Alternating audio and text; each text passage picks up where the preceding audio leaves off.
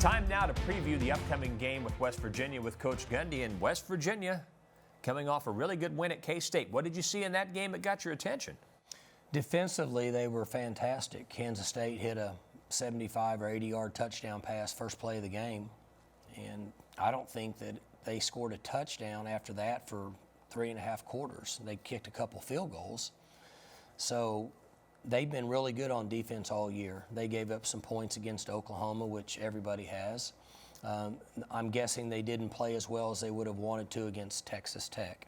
The other games, Baylor, other teams, even Iowa State. Iowa State scored some on them, but they had 4 turnovers. Right. They've been good on defense. They got a couple guys up front that can put pressure on you, and they tackle well. And it's pretty noticeable on tape.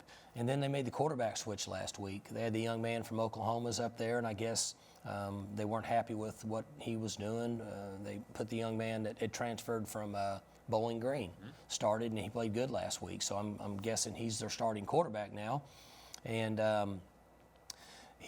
Neil, Coach Brown's done a good job with them. Offensively, they spread the field, throw a lot of screens, dump the ball to the back a lot.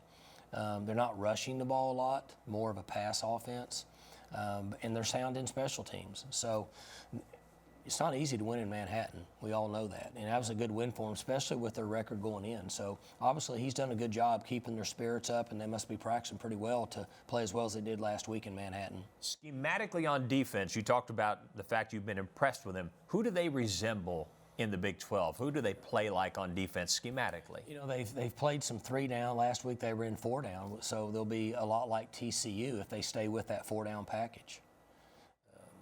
They've got 2 down guys like TCU had that were pretty good players, and they run around and tackle good in the secondary. So they have some similarities of what we see when we play TCU. You know, you're talking about Neil Brown being in his first year.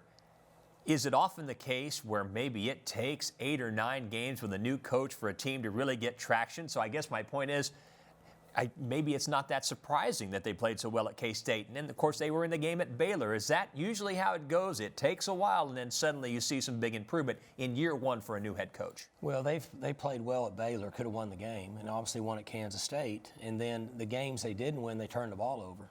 And we had that issue ourselves 5-6 weeks ago. So they had some returning guys, particularly on defense. You know, they had to replace their quarterback out there. But he's starting to regroup and get them together, and it takes some time. I'm guessing if you asked him, he would say, you know, I'm starting to get a feel for what's best for our team. And they made the quarterback change last week for some reason, and they played really well. So he might just be learned about their quarterback. So we got to have a great week of practice. We got to get out there. We got an early morning kick. Got to get up and get ready to go in order to give ourselves a chance to play well enough to beat them.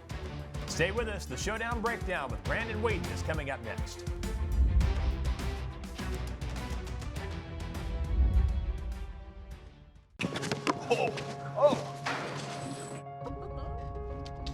The end of the practice is when we do all of our intensity drills. She was going at it. Stop it.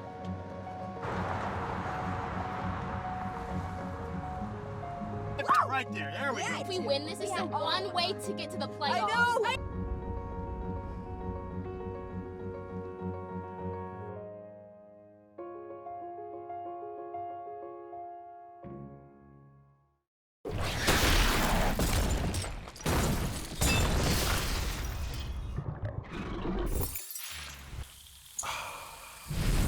Whoa, that's crisp. Crisp taste, brewed with no corn syrup.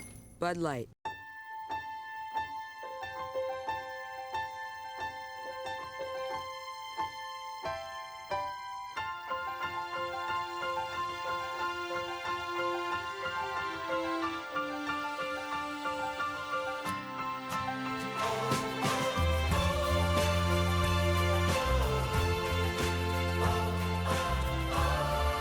Living with joint pain. Take the first step at mercy.net/cowboysortho.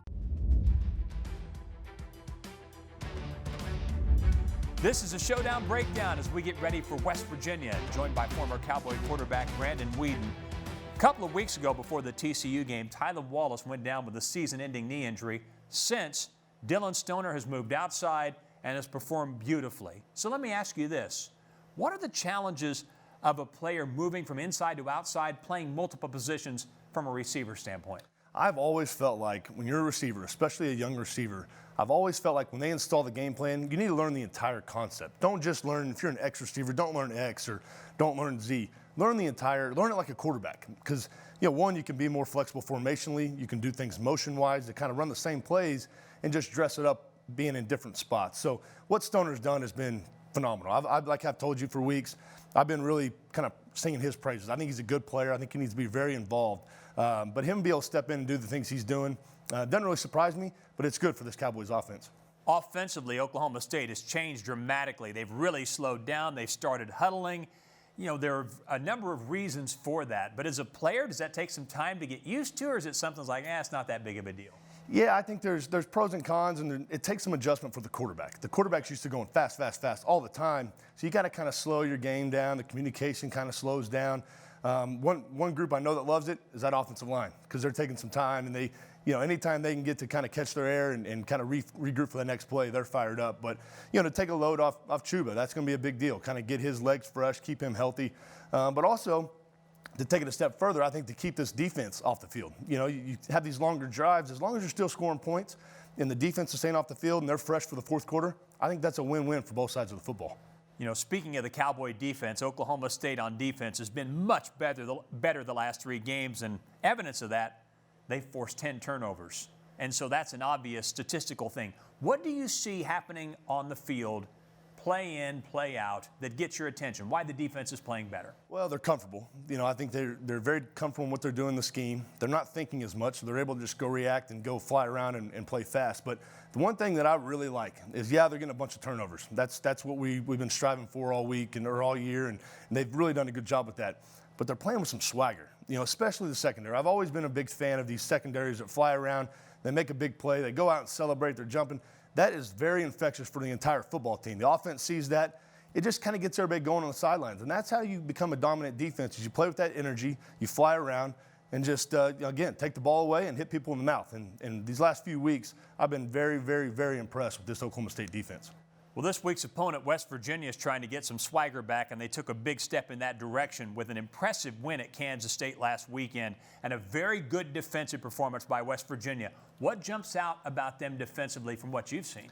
Well, they changed their scheme. They went from a 3-down front to a 4-down front to stop the run. K-State is, like we've talked about, is a very methodical offense. They like to run the football, take the air out of it, the whole deal. So you could tell they sold out, and they had a very conscientious effort to go out and stop the run. So they played a little bit more man coverage, pressured a little bit more, but I think they really made it a point for that defensive line to stop the run by themselves with those 4 guys. And they got a good front. They're active. They can cause some problems up there. But that's what kind of jumped off the tape. They played extremely hard. They went into Manhattan and really hit them in the mouth and did some things that really we haven't seen West Virginia do really consistently throughout the course of the year. Another big change that West Virginia made was changing quarterbacks. Jarrett Deggy, the transfer from Bowling Green, might know the last name. His brother Seth Deggy was quarterback at Texas Tech and actually played at Tech under Neil Brown as offensive coordinator when Neil Brown was the offensive coordinator at Texas Tech. But they make the quarterback change. They go to Seth Deggy. They don't turn the ball over. How can that impact a team? Even just beyond the obvious stats that they didn't turn the ball over, how's that impact a team when suddenly there's a new guy out there and there's success? Well, they needed a shot in the arm.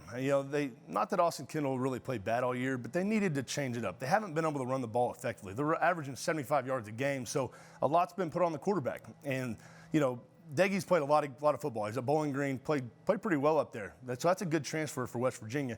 He's played a lot of ball. He's comfortable. He's going to try to beat you from the pocket. When he gets outside the pocket, he's really not looking to run like a lot of these quarterbacks are in the Big 12. He wants to make plays with his arm and make throws on the run.